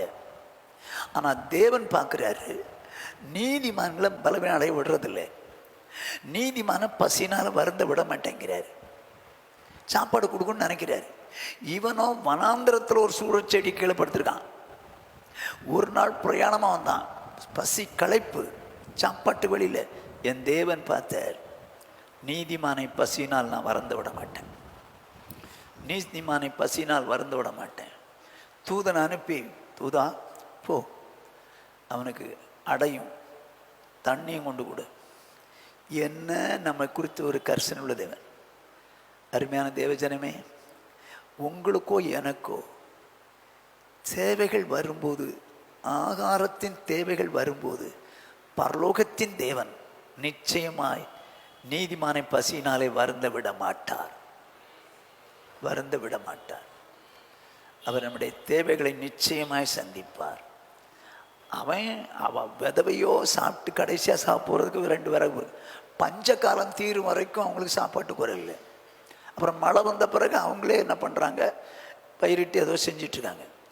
ஆக நம்முடைய தேவன், அருமையான தேவஜனமே, சௌர்ணே, ஒருவேளை எனக்கு அடுத்த நாள் சாப்பாட்டுக்கு வழி இல்லையே அப்படின்னு நீ யோசிப்பாயானாலும் என் தேவன் உன்னை பசினால் வருந்த விடவே மாட்டார். ஆமென், ஹல்லேலூயா. என் கர்த்தர் நீதிமான் மேல் கரிசனை உள்ள தேவன், பசினால் வருந்த விட மாட்டார். இப்போ பாருங்க, 2 ராஜாக்களின் புஸ்தகம் 4வது அதிகாரம் 1வது 2வது வசனங்கள். தீர்க்கதரிசிகளுடைய புத்திரரில் ஒருவனுக்கு மனைவியாய் இருந்த ஒரு ஸ்திரீ எலிசாவை பார்த்து, உமது அடியானாகிய என் புருஷன் இறந்து போனான், உமது அடியான் கர்த்தருக்கு பயந்து நடந்தான் என்பதை அறிவீர். கடன் கொடுத்தவன் இப்போது என் 2 குமாரரையும் தனக்கு அடிமைகளாக்கி கொள்ள வந்தான் என்றார். இப்போ எலிசா கிட்ட போய் ஒரு தீர்க்கதரிசியின் மனைவி வந்து நிற்கிறான். என்ன சொல்றான், உமது அடியானாகிய என் புருஷன் இறந்து போனான், உமது அடியான் கர்த்தருக்கு பயந்து நடந்தான் என்பதை அறிவீர். பயந்து நடந்த கடன் வாங்குறதே தெரியல. இவளான்னு நினச்சிக்கிறார் நம்ம புருஷன் ரொம்ப கர்த்தருக்கு பயந்து நடந்தவர்னு. ஓகே, இருந்திருக்கலாம். ஆனால் கடன் வாங்கியிருக்காரு. கடன் வாங்கி செத்து போயிட்டான். இப்போ கடன் கொடுத்தவன் என்ன பண்ணுறான், அவங்ககிட்ட 2 பிள்ளைகள் இருக்குது, அந்த 2 பிள்ளைகளையும் அடிமையாக்கி கொள்ளணும் அப்படின்னு சொல்லி இந்த தீர்க்கதரிசியினுடைய மனைவி கிட்ட வாதாடுறாங்க. இப்போ எலிசா கிட்ட இந்த மேட்ரு போகுது. ஐயா, உங்களுடைய அடியானை பற்றி உங்களுக்கு நல்லா தெரியும், அவன் ரொம்ப கர்த்தருக்கு பயப்படுறவர், ஆனால் கடன் வாங்கிட்டார் ஐயா, கடன் கொடுக்க வழி இல்லாமல் செத்தும் போயிட்டாரு. இப்போ கடன் கொடுத்தவன் என் பிள்ளைகளை அடிமையாக்க விரும்புகிறேன் ஐயா, வந்திருக்கிறான் ஐயான்னு. அவன் என்ன சொல்றான் பாரு. எலிசா அவளை நோக்கி, நான் உனக்கு என்ன செய்ய வேண்டும், வீட்டில் உன்னிடத்தில் என்ன இருக்கிறது சொல் என்றான். அதற்கு அவள், ஒரு குடம் எண்ணெய் அல்லாமல் உமது அடியாளுடைய வீட்டில் வேறு ஒன்றும் இல்லை என்றாள். அடி என்ன, இப்போ உன்கிட்ட என்னதான் இருக்குது, நான் என்ன செய்யணுன்ற, உன் வீட்டில் என்னதான் இருக்குதுன்னு கேட்குறேன். அவள் சொல்கிற ஒரு குடம் எண்ணெயே அல்லாமல் வேறு ஒன்றும் இல்லை. அப்படின்னா என்ன அர்த்தம்? சாப்பாட்டுக்கு அரிசியும் இல்லை, பருப்பும் இல்லை, ஒன்றும் கிடையாது. ஒரு குடம் எண்ணெயை வச்சு என்ன குடிக்க முடியும்? பசி ஆத்துறதுக்கு ஒரு குடம் எண்ணெய் மட்டும் இருக்குது. அப்போ இந்த எண்ணெய் மட்டும்தான் இருக்குதுன்னா அவங்க பசினால் வருந்த வேண்டிய நிலைமை தானே. எண்ணெய் வச்சு ஒன்றுமே செய்ய முடியாது. எண்ணெய் வச்சு செய்யணும்னா அதுக்கேற்ற மற்ற பொருள் வேணும்ல, அதுவும் இல்லையே. ஒரு குடம் எண்ணெயை தவிர எதுவுமே இல்லை அப்படின்றான். உடனே அவன் என்ன சொல்றான் பாருங்க. அப்பொழுது அவன், நீ போய் உன்னுடைய அயல் வீட்டுக்காரர் எல்லாரிடத்திலும் அநேக வெறும் பாத்திரங்களை கேட்டு வாங்கி உள்ளே போய் உன் பிள்ளைகளுடன் உள்ளே நின்று கதவை பூட்டி அந்த பாத்திரங்கள் எல்லாவற்றிலும் வார்த்து நிறைந்ததை ஒரு பக்கத்தில் வை என்றான். தீர்க்கதரிசியினுடைய அட்வைஸை பாருங்க. உன்கிட்ட ஒரு குடம் எண்ணெய் தானே இருக்கு. அக்கம் பக்கத்தில் உள்ள வீட்டுகள் எல்லாம் போய் நீ பாத்திரத்தை வாங்கிட்டு வா, வாங்கிட்டு வந்து ஒரு ரூமுக்குள்ள வச்சுக்கோ. இப்போ அந்த பாத்திரங்களெல்லாம் ஒரு ரூமில் வச்சிருக்கிற. இப்போ வச்ச பிறகு நீ என்ன பண்ற? அவள் அவரிடத்திலிருந்து போய் தன் பிள்ளைகளுடன் கதவை பூட்டிக் கொண்டு இவர்கள் பாத்திரங்களை அவளிடத்தில் கொடுக்க அவள் அவைகளில் வார்த்தாள். அந்த பாத்திரங்கள் நிறைந்த பின் அவள் தன் மகன் ஒருவனை நோக்கி, இன்னும் ஒரு பாத்திரம் கொண்டு வா என்றாள். அதற்கு அவன், வேறே பாத்திரம் இல்லை என்றான். அப்பொழுது எண்ணெய் நின்று போயிடுச்சு. இப்ப எண்ணெய் நின்று போச்சு. இப்ப இருக்கிறது எண்ணெய் தான். சாப்பிடுறது எப்படி? இருக்கிறதே எண்ணெய் தானே. இப்ப சாப்பிடுறது எப்படி? அவன் என்ன சொல்றான் பாருங்க. அவள் போய் தேவனுடைய மனுஷனுக்கு அதை அறிவித்தாள். சொல்லிட்டான். யார்கிட்ட? எலிசா கிட்ட சொல்லிட்டா. ஐயா, எல்லாத்தையும் நிரப்பி வச்சிட்டேன், எல்லா பாத்திரத்திலும் நிரப்பிட்டேன், அந்த குடத்துல எண்ணெய் முடிஞ்சு போச்சு, இப்போ என்ன செய்யணுன்றீங்க அப்படின்னு சொல்லி அட்வைஸ் கேட்குறான். அதுக்கு அவன் என்ன சொல்றான் பாருங்க.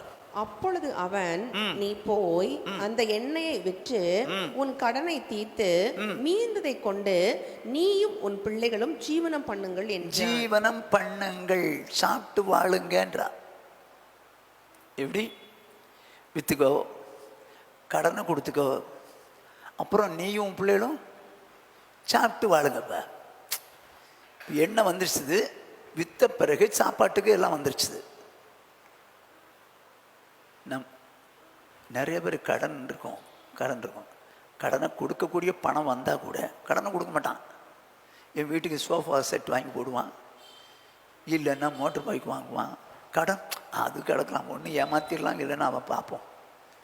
ஆனால் ஆண்டவர் ரொம்ப நல்லவருங்க, ரொம்ப நல்லவர். கடனை வச்சுக்கிட்டு பண்ணுவாத. எலிசா கரெக்டாக சொல்கிறான், கடனை கொடுத்துரு. அப்புறம் விற்று கடனை கொடுத்துட்டு மட்டும் இல்லை, அது மீந்ததை வச்சு நீ உன் பிள்ளைகளும் சாப்பிட்டு ஜீவனம் பண்ணிங்க. ஆனால் நீதிமான்களை பசியினால் வருந்த விடாத தேவன் அதுக்கேற்ற வழியை கர்த்தர் உண்டு பண்ணினார். அருமையானவளே, நானோ நீங்களோ பசினால் என்ன பண்ண போகிறேன்? இந்த ஒரு பாட்டு பாடுவாங்க, எனக்கு அது உண்மையாக பொய்யான்னு தெரியல. ஒரு ஊழியக்காரரு சிலோனில் இருந்தாராம். அவர் சாப்பாடு இல்லை, மனைவி பிள்ளைகளோடு கூட தட்டை வச்சுக்கிட்டு இப்போ ஆண்டவர்கிட்ட ஜெபம் பண்ணுறார். ஒரு பாட்டு, அந்த பாட்டு எனக்கு அதை திடீர்னு மறந்துச்சு. அவர் சாப்பாட்டுக்கு பாத்திரத்தை வச்சுட்டு ஆண்டவரை நோக்கி ஒரு பாட்டு பாடுறார். பாட்டு பாடிக்கிட்டே இருக்கார் அவரும், அவர் மனைவி பிள்ளைகள்லாம். திடீர்னு சொல்லி ஒரு வெஹிக்கிளில் பெரிய ட்ரம் இருந்தான். என்னன்னு பார்த்தா கல்யாண வீட்டுக்கு சாப்பாடு ஏதோ ஸ்ட்ரைக்கா என்னமோ சம்திங், அதனால் பொங்குனதெல்லாம் மீதி ஆகி போச்சு. நிறைய சாப்பாடு கொண்டு வந்து இவங்கள்ட்ட கொடுத்தாச்சு. இப்போ இவங்க சாப்பாடை வச்சுக்கிட்டு கத்தரை நோக்கி ஜெபம் பண்ணிக்கிட்டு இருக்காங்க. கத்தர் பார்த்தாரு, மகனே பயப்படாதே, மகளே பயப்படாது, நான் உனக்கு சாப்பாடு கொடுக்குறேன். என்ன நல்ல ஆண்டவருங்க, என்ன அருமையான ஆண்டவர்.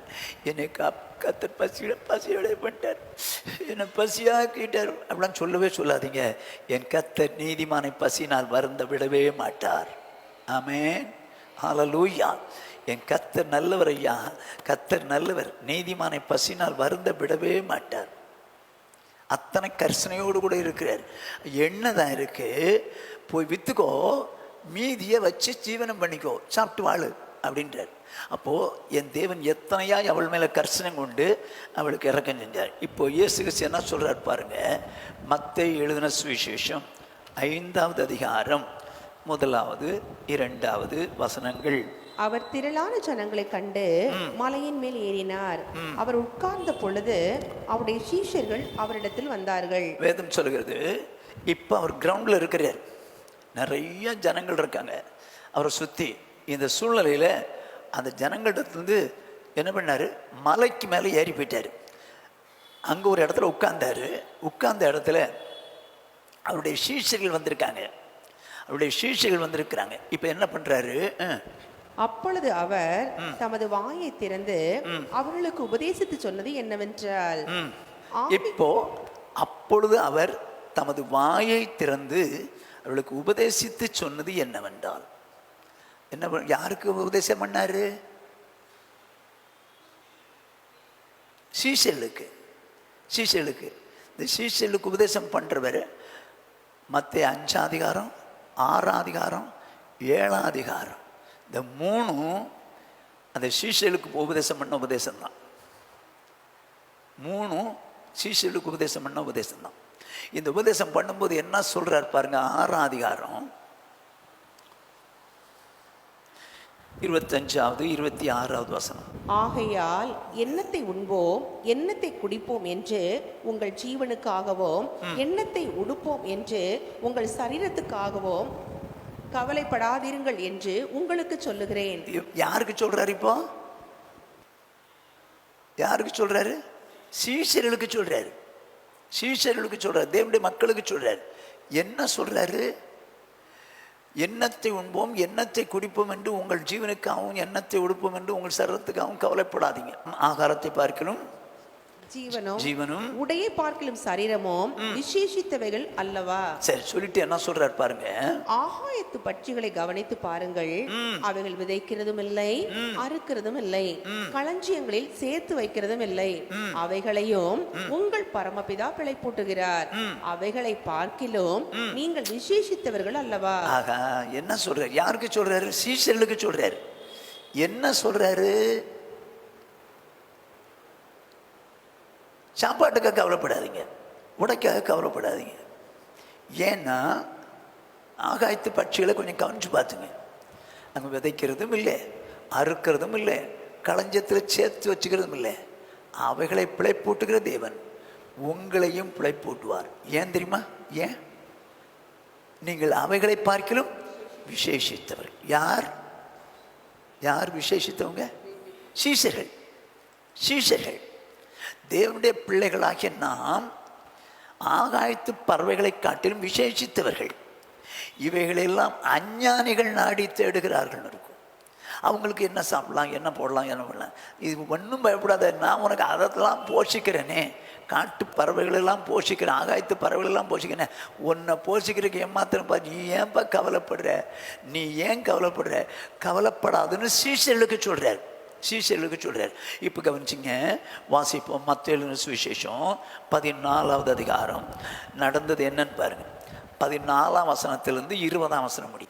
இயேசு வந்து திரளான ஜனங்களை கண்டு அவர்கள் மேல் மனதுருகி அவர்களில் வியாதிஸ்தலா இருந்தவர்களை சொஸ்தமாக்கினார். சரி, சாயங்காலம் ஆன போது அவருடைய சீஷர்கள் அவரிடத்தில் வந்து, இது வனாந்தரமான இடம், நேரமும் ஆயிற்று, ஜனங்கள் கிராமங்களுக்கு போய் தங்களுக்கு போஜன பதார்த்தங்களை கொள்ளும்படி அவர்களை அனுப்பிவிட வேண்டும் என்றார்கள். இப்போ காலையில இருந்து சாயங்காலம் வரைக்கும் ஆண்டவர்கிட்ட இருக்கிறாங்க. அவர் வந்த வியாதிஸ்தர்களெல்லாம் சோமாக்கிட்டார். இப்போ அவங்க சொல்கிறாங்க, யாருக்கு? இயேசுவுக்கு அட்வைஸ் பண்ணுறாங்க. என்ன அட்வைஸ் பண்ணுறாங்க? ஆண்டவரே, இது வனாந்திரமான இடம், சாயங்காலம் ஆயிட்டு, அவங்களெல்லாம் அனுப்பிச்சி விட்டுருங்களேன், அவங்க கிராமத்தில் போய் சாப்பாடாவது சாப்பிட்டு போவாங்களே அப்படின்னு அட்வைஸ் கொடுக்குறாங்க. அதுக்கு இயேசு என்ன சொல்கிறார் பாருங்க. இயேசு அவர்களை நோக்கி, அவர்கள் போக வேண்டுவதில்லை, நீங்களே அவர்களுக்கு போஜனம் கொடுங்கள் என்றார். எங்க காலையிலேருந்து உட்காந்துருக்காங்க, அவங்க போக வேண்டியதில்லை, நீங்களே சாப்பாடு கொடுங்கன்றார். என்ன இவங்க சாப்பாடை செஞ்சு வச்சுருக்காங்க? நீங்களே சாப்பாடு கொடுங்கன்றார். ஆண்டவருக்கு ஜனங்களுக்கு ஐயோ ஆமாம் உண்மைதான், சீஷர்கள் சொல்கிறது கரெக்ட் தான், அவங்கள அனுப்பிச்சிடலாமே அப்படின்னு நினைக்கல. இவர் ஆண்டவர் இவங்கள்ட்ட வந்து இருக்கிற ஜனங்களுக்கு சாப்பாடு கொடுக்கணும்னு நினைக்கிறார். சாப்பாடு கொடுக்கணும்னு நினைக்கிறாரு. நான் வாசிங்க. அதற்கு அவர்கள், இங்கே எங்களிடத்தில் 5 அப்பமும் 2 மீன்களுமே அல்லாமல் வேறு ஒன்றும் இல்லை என்றார்கள். சரி, உடனே சொல்றாங்க, எங்கிட்ட 5 அப்பமும் 2 மீன் இருக்குது, வேற இல்லை அப்படின்னு சொன்ன உடனே அவைகளை என்னிடத்தில் கொண்டு வாருங்கள் என்றார். அப்பொழுது அவர் ஜனங்களை புல்லின் மேல் பந்தியிருக்க கட்டளையிட்டு அந்த 5 அப்பங்களையும் அந்த 2 மீன்களையும் எடுத்து வானத்தை அண்ணாந்து பார்த்து ஆசீர்வதித்து அப்பங்களை பிட்டு சீஷர்களிடத்தில் கொடுத்தார். சீஷர்கள் ஜனங்களுக்கு கொடுத்தார்கள். எல்லாரும் சாப்பிட்டு திருப்தி அடைந்தார்கள். மீதியான துணிக்கைகளை 12 கூடை நிறைய எடுத்தார்கள். பசியா இருக்கிற ஜனங்கள் வனாந்திரத்தில் இருக்கிறாங்க. வனாந்திரத்தில் இருக்கிறாங்க. சீஷர்கள் சொல்றாங்க, ஐயா இது வனாந்திரமான இடம், நேரம் ஆகுது, ஜனங்களை அனுப்பிச்சி விட்டுருங்க, அப்படின்னா அங்கேயா போய் சாப்பிட்டுக்குவாங்க அப்படின்னு. கர்த்தருக்கு அந்த ஜனத்தின் மேலே எவ்வளவு நேசம் பாருங்க. வசனத்தை கேட்ட ஜனத்தின் மேலே, வசனத்தின் மேலே ஆர்வம் உள்ள ஜனத்தின் மேலே ஆசை வச்சு, ஏன்பா கவலைப்படுறீங்க, உங்கள்கிட்ட என்ன இருக்குது, 5 அப்பமும் 2 மீன் தானே, விடு நான் பார்த்துக்கன்னு சொல்லி வானத்துணைக்கு பார்த்து ஜெபம் பண்ணிட்டு கொடுத்தாரு பாருங்க. அந்த இடத்துல இந்த அப்பம், நானா யோசிக்கிறேங்க, 5 அப்பந்தான், 2 மீன் துண்டு, மீன் எப்படி கொடுத்துருப்பார்? 5000 பேர் சாப்பிட்டாங்க. எப்படி கொடுத்துருப்பாங்க? இலை இருந்துச்சா, தட்டு இருந்துச்சா, அப்பத்துக்கு ஏதாவது தொட்டுக்க இருந்துச்சா? என் தேவனுக்கு எதையும் செய்ய வல்லமை உண்டு, எதையும் செய்ய வல்லமை உண்டு. ஏன் எலியா சூரச்செடிக்கு கீழே படுத்திருக்கும் போது சாப்பாடு கொண்டு வந்து கொடுக்கல? சும்மாயா சாப்பாடு கொண்டு வந்து வச்சிருப்பாங்க? ஏதோ ஒரு பாத்திரம் இருக்கணும்ல. அப்படி செய்யக்கூடிய ஆண்டவர் இந்த ஜனங்களுக்கு 5000 பேருக்கு எல்லாம் சாப்பிட்டு மீதி 12 கூட நிறைய. ஸோ தேவன் ஜனங்கள் பசியாக இருக்கிறத, நீதிமான்கள் பசியாக இருக்கிறத பார்த்து அவர் வேதனைப்படுறவருங்க, சாப்பாடு கொடுக்குறவர். நீதிமான்களை பசியினால் வருந்த விட மாட்டார். இன்னொரு சம்பவத்தை பாருங்களேன். எல்லாரும் நமக்கு தெரிஞ்ச சம்பவம் தான். மத்தேயு எழுதின சுவிசேஷம் 15வது அதிகாரம் 32லிருந்து 38. பின்பு இயேசு தம்முடைய சீஷர்களை அழைத்து, ஜனங்களுக்காக பரிதபிக்கிறேன், இவர்கள் என்னிடத்தில் 3 நாள் தங்கியிருந்து சாப்பிட ஒன்றுமில்லாதிருக்கிறார்கள். இவர்களை பட்டினியாய் அனுப்பிவிட எனக்கு மனதில்லை, வழியில் சோர்ந்து போவார்களே என்று. என்ன கரிசனை பாருங்க. 3 நாள் பிரசங்கம் பண்ணியிருக்காரு ஜனங்களுக்கு. 3 நாள் பிரசங்கம் பண்ணியிருக்காரு. அந்த பிரசங்கத்தில் ஒருத்தன் கூட சாப்பிட்றதுக்கு போகலை, சாப்பாடு பற்றி எண்ணம் வரல, இல்லை தூங்கவும் செய்யலை, போடுது என்னமோ நடக்குது. 3 நாள் பிரசங்கம் தான் கேட்குறாங்க. இப்போ ஆண்டவர் தான் என்ன சொல்கிறாரு, இந்த ஜனங்களுக்காக நான் பரிதவிக்கிறேன். 3 நாள் என் கூட தங்கியிருந்தாங்க, சாப்பிட ஒன்றும் இல்லாமல் இருக்கிறாங்க, இவளை பட்டினியாய் அனுப்பிவிட எனக்கு மனசில். அப்படின்னா அவங்கள சாப்பாடு கொடுக்காம நான் அனுப்ப முடியல, விருப்பம் இல்லை. அவங்க பசியோடு போக வேண்டாம். என் தேவனுக்கு எவ்வளோ கரிசனை பாருங்க. வழியில் சோர்ந்துருவாங்களே அப்படின்னு சொல்லி. அதற்கு அவருடைய சீஷர்கள், இவ்வளவு திரளான ஜனங்களுக்கு திருப்தி உண்டாகும்படி வேண்டிய அப்பங்கள் இந்த வனாந்தரத்திலே நமக்கு எப்படி அகப்படும் என்றார்கள். உடனே சீஷர்கள் ஒரு பார்த்துட்டாங்க, இவ்வளவு திரளான ஜனங்கள் இருக்கிறாங்க, இவங்க திருப்தியா சாப்பிடும்படிக்கு இந்த வனாந்தரத்தில் எப்படிங்க சாப்பாடு கொடுக்க முடியும் அப்படின்னு இயேசுகிட்ட கேட்குறாங்க. அதற்கு இயேசு, உங்களிடத்தில் எத்தனை அப்பங்கள் உண்டு என்று கேட்டார். சரி, அவர்கள் 7 அப்பங்களும் சில சிறு மீன்களும் உண்டு என்றார்கள். இப்ப பாருங்க, 7 அப்பமும் சில மீன்களும் உண்டு. அப்பம் சுட்டி எத்தனை நாள் ஆச்சு? மீன் பொரிச்சு எவ்வளவு நாள் ஆச்சு? 3 days. இது வரைக்கும் பட்னியா இருக்காங்க. 3 நாளும் அந்த அப்பத்தை சாப்பிடலை, கொண்டு வந்து மீனை சாப்பிடலை. எங்க கெட்டு போயிருக்கு. அது 3 நாளா? அது பொரிச்ச மீனா இருந்தா கத்தர் பார்த்தார், அது கெடாதபடி பாதுகாத்தபடி மட்டும் இல்லை, என்ன பண்ணிட்டார் பாருங்க, 7 அப்பங்களும் சில மீன்களும். அப்பொழுது அவர் ஜனங்களை தரையில் பந்தியிருக்க கட்டளையிட்டு அந்த 7 அப்பங்களையும் அந்த மீன்களையும் எடுத்து ஸ்தோத்திரம் பண்ணி பிட்டு தம்முடைய சீஷர்களிடத்தில் கொடுத்தார். சீஷர்கள் ஜனங்களுக்கு பரிமாறினார்கள். ஐயோ, என்ன மாதிரி இருந்திருப்பாரு. அப்பங்களை பந்தி உட்காருங்கப்பா, சரி பந்தி உட்காந்து புல் தர இதில் சாப்பாடு கொடுத்துருக்காங்க. அப்போ ஏதோ ஒரு சாப்பாடு கொடுக்குற அளவுக்கு ஒரு பொருள் கொடுத்துருக்காருல்ல, அதை கொடுத்து அப்பத்தை வச்சு மீனையும் வச்சு, சரி அப்பத்தை வெறுமனையாக கடிக்க முடியும்? நானாக இது யோசிக்கிறேன், வெறுமனையாக கடிக்க முடியும்? அதுக்கு ஏதாவது சாம்பார் சட்னி வந்திருக்காது நானும் நினைக்கிறேன். ஸோ இதெல்லாம் கொடுத்து சாப்பிட்டு திருப்தி ஆயிட்டாங்க. சீஷல் பரிமாறி ஆனார்கள். எல்லாரும் சாப்பிட்டு திருப்தி அடைந்தார்கள். மீதியான துணிக்கைகளை 7 கூடை நிறைய எடுத்தார்கள். ஸ்திரீகளும் பிள்ளைகளும் தவிர சாப்பிட்ட புருஷர் 4000 பேரா இருந்தார்கள். எங்க 3 நாளா இந்த 4000 புருஷரும் சாப்பிடல, ஸ்திரீகளும் சாப்பிடல, பிள்ளைகளும் சாப்பிடல.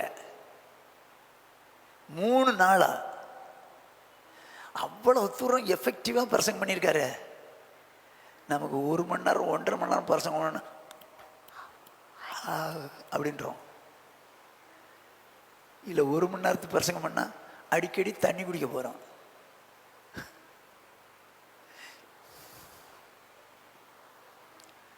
ஏன் எப்போ முடிப்பாரு அப்படின்னு சொல்லி மணியை பார்க்குறோம். இவன் எப்படி 3 நாளா 4000 புருஷர், அடுத்து ஸ்திரீகள் பிள்ளைகள் 3 நாளாக சாப்பிடாம உட்காந்துருக்குங்க. இப்போ கர்சனை யாருக்கு தான் இருந்தது? சாப்பாடு கொடுக்கணும்னு கர்த்தருக்கு தான் இருந்தது. அவருக்கு தான் இருந்துச்சு இவங்களுக்கு சாப்பிடாம பசியில் போகக்கூடாதுன்னு. அவர் தான் என்ன பண்ணார்? 7 அப்பங்களையும் சில மீன்களையும் வச்சு சாப்பாடு கொடுத்துட்டார். சாப்பிட்டாங்க, திருப்தியாக சாப்பிட்டாங்களாம், திருப்தியாக சாப்பிட்டாங்க. நான் எதுக்கு சொல்ல வரேன்னா, நம்முடைய தேவன் நம்மை பசியினால் மறந்து விட மாட்டார். ஆமே. ஐயோ என்ன செய்ய போகிறேன், எனக்கு இந்த மாதத்தில் சம்பளம் இவ்வளோதான், எனக்கு சாப்பாட்டுக்கு வழி என்ன, நான் எப்படி சாப்பிட போகிறேன்? கவலையப்படாதீங்க. தேவன் நம்முடைய தேவன் ஜீவன் உள்ளவர். நம்முடைய தேவன் நம்முடைய பசியினால் வருந்த விட மாட்டார். இன்னும் பாருங்களேன், வாசிப்போம். யோவான் 21 அதிகாரம் 3-5. சீமோன் பேதுரு மற்றவர்களை நோக்கி, மீன் பிடிக்க போகிறேன் என்றான். அதற்கு அவர்கள், நாங்களும் உம்முடனே கூட வருகிறோம் என்றார்கள். அவர்கள் புறப்பட்டு போய் உடனே படவேறினார்கள். அந்த ராத்திரியிலே அவர்கள் ஒன்றும் பிடிக்கவில்லை. இங்க பாருங்க, இப்போ இயேசு தரிசனம் ஆகிட்டு போயிட்டாரு. இப்போ இவங்களுக்கு என்னன்னா, வந்தாரு பார்த்தோம், இனிமே எப்படி வருவாரோ தெரியலன்னு மீன் பிடிச்சு பழக்கம் பார்த்தீங்களா? அதனால பேதுரு அங்கே உட்காந்துருக்கவங்கள்ட்ட சொல்கிறான், என்ன சொல்கிறாரு, நான் மீன் பிடிக்க போகிறேன், யாரெல்லாம் வர்றீங்க? உடனே நாங்கள்லாம் வர்றோம்னு சொல்லி கூட வர்றாங்க. ஆனால் போய் ராத்திரியில் அவர்கள் ஒன்றும் பிடிக்கவில்லை. புறப்பட்டு உடனே படகு ஏறிவிட்டார்கள். இப்போ நடக்கிறத பாருங்க. விடியற் காலமான போது இயேசு கரையிலே நின்றார். அவரை இயேசு என்று சீஷர்கள் அறியாதிருந்தார்கள். இப்போ ராத்திரி முழுசு அங்கே வலை போட்டிருக்காங்க. விடிய காலமான போது இயேசு கரையிலே நிற்கிறார். ஆனால் இயேசுவை அறியவில்லை, இயேசு என்று அறியாதிருந்தார்கள். சொல்லிட்டு இயேசு அவர்களை நோக்கி, பிள்ளைகளே, புசிக்கிறதற்கு ஏதாகிலும் உங்களிடத்தில் உண்டா என்றார். அதற்கு அவர்கள் ஒன்றும் இல்லை என்றார்கள். ஐயோ, என்ன கேட்குறாரு? அவங்களோ போட்டில் இருக்கிறாங்க, படகுல இருக்கிறாங்க. இவர் கரையில் நின்று என்ன கேட்குறாரு? சாப்பிட்றதுக்கு ஏதாவது இருக்குதாப்பா? இந்த சத்தம் எங்கே வரைக்கும் கேட்டிருக்குது? படகுல உட்கார்ந்துருக்கிற வரைக்கும் கேட்குது. அலை எவ்வளோ அடிக்கும், அலை இறைச்சல் மத்தியில் கூட இந்த சத்தம் அவங்களுக்கு வரைக்கும் போயிடுச்சு. பிள்ளைகளே, புசிக்கிறதுக்கு ஏதாவது உண்டா? உடனே அவங்க என்ன சொல்கிறாங்க? ஒன்றும் இல்லை. அப்புறம் சொல்லிட்டாரு, இந்த பக்கம் வலையை போடுங்க, வலது பக்கம் வலையை போடுங்கன்னு சொல்லிவிட்டாரு. இப்போ நடந்தது என்ன? 9வது வசனத்தை வாசிங்க. அவர்கள் கரையிலே வந்து இறங்கின போது கரி நெருப்பு போட்டிருக்கிறதையும் அதன் மேல் மீன் வைத்திருக்கிறதையும் அப்பத்தையும் கண்டார்கள். இது என்னடா? இவர் தான் கேட்குறாரு, சாப்பிட்றதுக்கு உங்ககிட்ட ஏதாவது இருக்குதா? இல்லை. அப்போ இவங்க சாப்பிடாமலே வருவாங்களே, என்ன கரிசனை பாருங்க. என்ன கரிசனை? சாப்பிட்றதுக்கு உங்ககிட்ட ஏதாவது இருக்குதான்னு கேட்டா அவங்க தான் இல்லைன்ட்டாங்களே. அப்போ பசியெல்லாம் தானே வருவாங்க. ஆகையினால அப்படி பசியாக வரக்கூடியவங்களுக்கு மீனும் அப்பமும் வச்சுக்கலாம் அப்படின்னு சொல்லி தேவன் என்ன பண்ணிட்டு பாருங்க, கரிநீர் போட்டிருந்ததையும் அதன் மேல் மீன் வைத்திருக்கிறதையும் அப்பத்தையும் கண்டவங்க. இயேசு அவர்களை நோக்கி, வாருங்கள் போஜனம் பண்ணுங்கள் என்றார். அவரை கர்த்தர் என்று சீஷர்கள் அறிந்தபடியினால் அவர்களில் ஒருவனும் நீர் யார் என்று கேட்க துணியவில்லை. அவனுக்கு தெரிஞ்சு போச்சு, இவர் தான் கர்த்தர்னு புரிஞ்சிச்சு. இப்ப அவர் சொல்றாரு, வாருங்கள் போஜனம் பண்ணுங்கள். ஏங்க, ஏற்கனவே ராத்திரியில பசியா இருக்கிறாங்க, உங்ககிட்ட ஏதாவது சாப்பிட்றதுக்கு வச்சிருக்கீங்களாப்பா? ஒன்றும் இல்லை ஆண்டவரே. உடனே ஆண்டவர் பார்த்தாரு, கறி நெருப்பை உண்டாக்கி தழல்ல அப்பத்தை சுட்டு மீனை பொரிச்சு வச்சிருக்காரு. நம்ம சீஷர்கள் பாவம் நைட்டெல்லாம் பசியாக இருந்திருப்பாங்களே, சாப்பாட்டுக்கே வழி இல்லாமல் வந்திருக்காங்களே, ஒன்றும் மீனும் பிடிக்கல, இவங்களை பசியார வைக்கணுமேன்னு சொல்லி அந்த இயேசு கிறிஸ்து என்ன பண்ணியிருக்காரு பாருங்க. அவங்க மேலே கரிசனையில் சார் பசியாக வருவாங்களே என் ஜனங்கள் கேட்குறாரு. முதல்ல கேட்குறாரு, புசிப்பதற்கு ஏதாகிலும் உண்டா? அப்போ அவங்ககிட்ட இல்லைன்றாங்க. உடனே தான் பார்த்தாரு, ஐயோ இவங்க சாப்பாடு இல்லாமல் வருவாங்க. வந்த பிறகு 153 மீனை பிடிச்சிட்டு இழுத்துட்டு வருவாங்க. அதுக்கப்புறம் அவங்க சமையல் பண்ணி என்னைக்கு சாப்பிட்றது, நானே சாப்பாடு கொடுக்குறேன்னு சொல்லி அவங்கள என்ன பண்ணிட்டார் தெரியுங்களா, மீன் துண்டும் அடையும் வச்சு வாங்கப்பா போஜனம் பண்ணுங்க சாப்பிடுங்க. என்ன கரிசனை உள்ள தேவன்! தேவன் நீதிமானை பசியினால் வருந்த விடவே மாட்டார். ஹல்லேலூயா! என் தேவன் நல்ல தேவன், அப்படிப்பட்ட தேவன். ஆகவே நீங்களும் நானும் என்ன சொல்றதுன்னா, சங்கீதம் 37:25, நான் இளைஞனாக இருந்தேன், முதிர் வயதுள்ளவனும் ஆனேன், ஆனாலும் நீதிமான் கைவிடப்பட்டதையும் அவன் சந்ததி அப்பத்துக்கு இருந்து திரிகிறதையும் நான் காணவில்லை. என்ன சொல்ற சங்கீதக்காரன்? நான் இளைஞனாக இருந்தேன், முதிர் வயசு வரைக்கும் ஆயிட்டேன், ஆனாலும் நீதிமான் கைவிடப்பட்டதையும் அவனுடைய சந்ததி அப்பத்துக்காக திரிந்து கஞ்சதையும் பார்த்ததில்லை. அப்படின்னா ஆண்டவருக்கு என்ன விருப்பம்? நீதிமானையும் அப்பத்தினால் திருப்தி ஆக்குவார், நீதிமானுடைய சந்ததியும் அப்பத்தினால் திருப்தி ஆக்குவார், நீதிமானுடைய சந்ததியும் அப்பத்தினால் திருப்தி ஆக்குவார். அவங்க அப்பத்துக்காக கையேந்தி திரியறதை பார்த்ததே கிடையாதுன்றார். அருமையானவர்களே, நானும் நீங்களும் நீதிமான்கள். நமக்கு ஒரு நாளும் கர்த்தர் பசினால் வருந்த விட மாட்டார், நம்ம சந்ததியும் வருந்த விட மாட்டார். இப்போ பூமிக்குரிய ஆகாரத்தை கொடுக்கிற ஆண்டவர் ஆவிக்குரிய ஆகாரத்தை கொடுத்து நம்மை செழிப்பாக்க நினைக்கிறார். வேதம் சொல்லுகிறது, முடிச்சுவோம். எபேசியர் 5:29.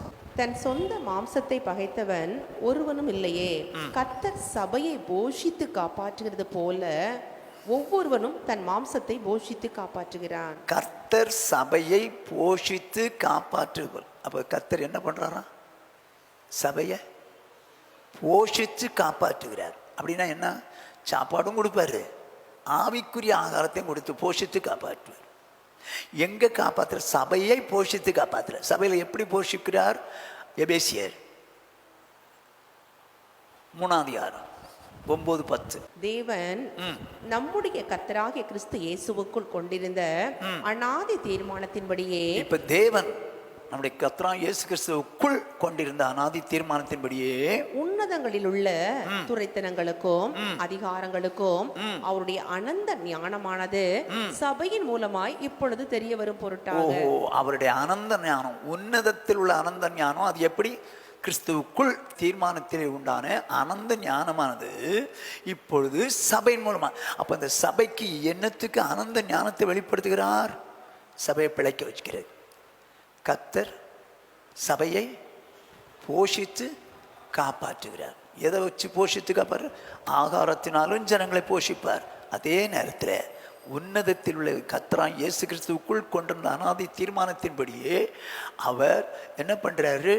அவருடைய அனந்த ஞானமானது சபைக்கு வெளிப்படுத்தி சபையை போஷித்து காப்பாற்றுகிறார். ராத்திரி வேளையில் வந்திருக்கிற அருமையான தேவ ஜனமே, நீங்களும் நானும் நீதிமான்களாக இருக்கும்போது தேவன் நம்மை பசினால் வருந்த விடமாட்டார், பருந்த விடமாட்டார். அதே நேரத்தில் ஆவிக்குரிய வாழ்க்கையிலும் நம்மை போஷித்து சபையை போஷித்து காப்பாற்றுகிற தேவன் நமக்கு வசனங்களை தந்து போஷித்து காப்பாற்றுகிறவராயிருப்பார். ஆண்டவர்கிட்ட சொல்லாமா, ஆண்டவர் எங்களை குறித்து இவ்வளோ கர்சனையாக இருக்கிறீங்க, எல்லாரும் முழங்கால் படியிடுவோம். ஆண்டவர் எங்களை குறித்து இவ்வளோ கர்சனையாக இருக்கிறீங்களப்பா. ஆண்டவர் நீதிமான்களாகிய எங்களை குறித்தும் எங்கள் சந்ததியை குறித்தும் கர்சனையாக இருக்கீங்களே. எங்களை நீங்கள் பசினால் வருந்த விட மாட்டீங்க. நீதிமான் கைவிடப்பட்டதையும் அவன் சந்ததி அப்பத்துக்காக இறந்து திரிந்து கெஞ்சினதையும் நான் பார்த்ததில்லை என்று சங்கீதக்காரன் சொன்னது போல எங்கள் சந்ததியும் நீங்கள் பசினால் வருந்த விட மாட்டீங்கப்பா. ஏன்னா நாங்கள் நீதிமானாக இருக்கிறனால அவங்களுக்கும் சாப்பாடு கொடுப்பீங்க. அதே நேரத்தில் நாங்கள் ரட்சிக்கப்பட்டதுனால என் தகப்பனே ஆண்டவரே எங்களை போஷித்து சபையை போஷித்து காப்பாற்றுகிற தேவன் உன்னதத்தில் உள்ள அனந்த ஞானத்தை எங்களுக்கு கொடுத்து ஆண்டவர் எங்களை ஆவிக்குரிய வாழ்க்கையில போஷித்து காப்பாற்றுகிறீரே. நாங்கள் தொடர்ந்து ஆண்டவரே ஆகாரத்தை கொடுக்குற ஆண்டவருக்கு நாங்கள் நன்றி உள்ளவர்களாய் எங்களை ஆண்டவரை போஷித்து காப்பாற்றுகிற சபையை போஷித்து காப்பாற்றுகிற உங்களுக்கு நாங்கள் உண்மை உள்ளவர்களாய் வாழ எங்களை ஒப்பு கொடுக்குறோம் ஆண்டவரேன்னு சொல்லி ஒப்பு கொடுத்து ஜெபிப்போம். சகோதரர் சாம்சன் ஜெபிப்பார். துதிக்கிற ஆண்டவரை சோத்திருக்கிற ராஜா மகிமைப்படுத்துகிறோம், சோத்திரிக்கிறோம், துதிக்கிறோம். மகா பரிசுத்தமுள்ள அன்பின் ஆண்டவரை கிருபையாய் கொடுத்து ஆசீர்வதிக்கப்பட்ட இறைவேளைக்காய் நன்றி என்ற இதயத்தோடு துதிக்கிற ராஜா சோத்திரிக்கிறோம். திருப்பாத்த முத்த செய்கிறோம். இப்போது ஆண்டவரே நம்முடைய சமூகத்தை நோக்கி பார்க்கிறோம். நாள் ஆண்டவரே நம்முடைய ஆலயத்துக்கு கொண்டு வந்தீர். நம்முடைய வேதத்தில் ஆண்டவரே சோத்திரப்பா ஆண்டவரே வசனங்களை தியானிக்கும்படி கத்த உதவி செய்து நன்றி செலுத்துகிறோம். ஆண்டவரே நீதிமான்களின் குறித்து ஆண்டவரே எங்களோடு தொடர்ந்து ஆண்டவரே தாசன் மறைத்து எங்களோடு பேசி வருகிற நம்முடைய வேதத்துள்ள ரகசியங்களை கற்றுக் கொடுத்து வருகிற எல்லா கிருபைகளுக்காக நன்றி செலுத்துகிறோம். கர்த்தர் நீதிமான்களை பசியினால் பருந்து விடான்னு சொல்லப்பட்டிருக்கிறபடி தகப்பனை இப்படியெல்லாம் ஆண்டவரே நீதிமான்களை போஷித்து காப்பாற்ற வருகிறீர் என்று சொல்லி எங்களோடு அநேகர் சாட்சிகள் மூலமாய் திட்டம் தெளிவாக எங்கள்கிட்ட பேசின எல்லா ஜீவனுள்ள வார்த்தைகளுக்காக நன்றி செலுத்துகிறோம். இஸ்ரவேல் ஜனங்களை ஆண்டவரே வனாந்திரத்தில் ஆண்டவரே வானத்தில் மன்னாவனால் போஷித்து அவர்களை காப்பாற்ற தேவன் என்று சொல்லி நாங்கள் பார்க்கிறோமே. தகப்பனே மை சோத்திரிக்கிறப்பா எலியாவை ஆண்டவரே காகத்தின் மூலமாயும் தம்முடைய தூதர்கள் மூலமாயும் ஆண்டவரே சாரிபாத் விதைவின் மூலமாயும் கர்த்தரை போஷித்து காப்பாற்றினீர் என்று சொல்லி நாங்கள் வேதத்தின் மூலமாய் கற்றுக்கொண்டோமே. நன்றி செலுத்துகிற ஆண்டவரே மை சோத்திரிக்கிறப்பா மை துதிக்கிற எலிசாவின் நாட்களிலே ஆண்டவரே மை சோத்திரிக்கிற விதைவுடைய ஆண்டவரே சோத்திரம் பிள்ளைகள் நிமித்தம் ஆண்டவரே நீர் ஆண்டவர் விதைவை ஆசீர்வதித்து ஆண்டவரே அவரை போஷித்து காப்பாற்றின தேவன் என்று சொல்லி நாங்கள் பார்க்கிறோமே.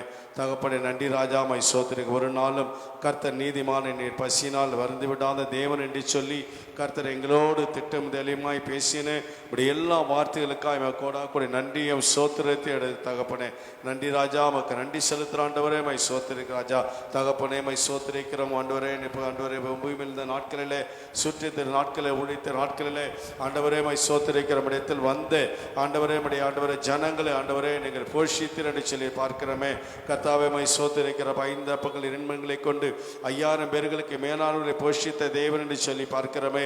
7 அப்பங்களையும் சில சிறு மீன்களையும் கொண்டு 4000 பேர் மேலிற்கு போஷித்த தேவன் என்று சொல்லி பார்க்கிறோமே. ராஜா மக்கு நன்றி செலுத்துகிறோம். நம்மை துதிக்க ராஜா மகிமைப்படுத்துகிறோம், மை சோத்திரிக்கிறோம். அப்படி ஆண்டவரே நம்முடைய சீஷர்கள் ஆண்டவரே சோத்திரப்பா ஆண்டவரே அவர்கள் ஆண்டவரே சோத்திரப்பா நம்மை விட்டு கர்த்தாவை கடந்து போன போதிலும் கர்த்தரை நேசித்த தேவன் ஆண்டவரே அவர்களுக்காய் ஆண்டவரே நீர் ஆண்டவரே சோத்திரப்பா அப்பத்தையும் பொரித்த மீன்களை வைத்து அவர்களை போஷித்தீர் என்று சொல்லி நாங்கள் பார்க்கிறோமே.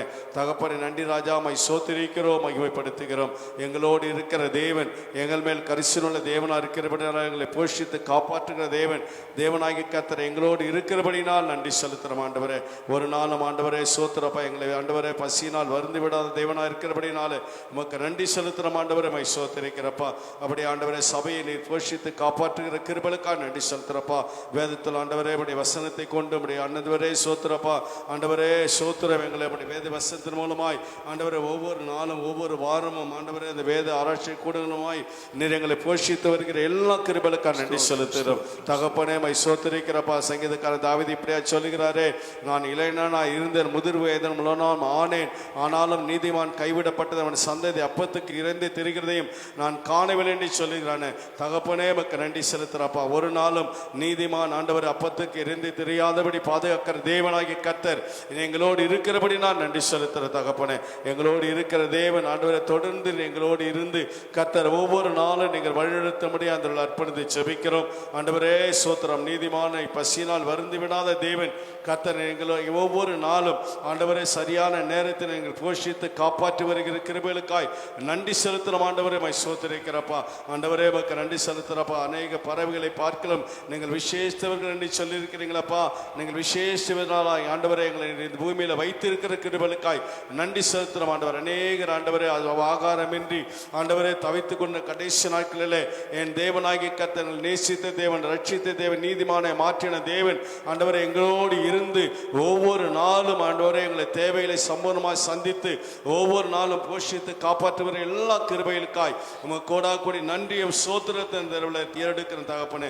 பெற்றுக்கொண்ட நாங்கள் உம்மிடத்தின் ஆசீர்வாதத்தை பெற்றுக்கொண்ட நாங்கள் உம்மிடத்தின் நன்மையை பெற்றுக்கொண்ட நாங்கள் ஆண்டவரே நாங்கள் உமக்கென்று உண்மையுத்தமாய் வாழ்ந்துவிட தேவனாக்க உதவி செய்ய முடியாது சபைக்கிறப்பா. கிருபையில கரங்களை தாழ்த்து அர்ப்பணிக்கிறோம். கேட்ட ஒவ்வொரு வசனத்தின்படி கர்த்தர் நீங்க தொடர்ந்து எங்களை நடத்தி ஆண்டவரே மகிமையில சந்திக்கத்தக்கதான கிருபை தர முடியாது சபைக்கிறப்பா. சகலவற்றையும் பொறுப்படுத்திக் கொள்ளுங்க. இன்னும் ஆண்டவரை உழைக்காரை மறைத்து இன்னும் அநேக மறைபொருள் ஆண்டவரே சோத்திரப்ப நீங்கள் வெளிப்படுத்தி காண்பிக்க முடியாது சபைக்கிறப்பா. தாழ்த்து பிடிக்கிறோம். இயேசு நாம் செபிக்கிறங்கள் ஜீவனுள்ள நல்ல பிதாவே ஆமென். என் ஆத்துமாவே கர்த்தரை ஸ்தோத்திரி, என் முழுமே அவருடைய பரிசுத்த நாமத்தை ஸ்தோத்திரி. என் ஆத்துமாவே கர்த்தரை ஸ்தோத்திரி, அவர் செய்த சகல உபகாரங்களை மறவாதே. நம்முடைய கர்த்தராகிய இயேசு கிறிஸ்துவினுடைய கிருபையும் பிதாவாகிய தேவனுடைய அன்பும் பரிசுத்த ஆவியானுடைய ஐக்கியமும் அந்யோன்யமும் ஆறுதலும் சமாதானமும் என்றும் என்றும் நம் அனைவரோடும் உலகிலுள்ள சகல பரிசுத்தங்களோடு காப்பதாக. ஆமென். ஹல்லேலூயா, ஹல்லேலூயா, ஹல்லேலூயா.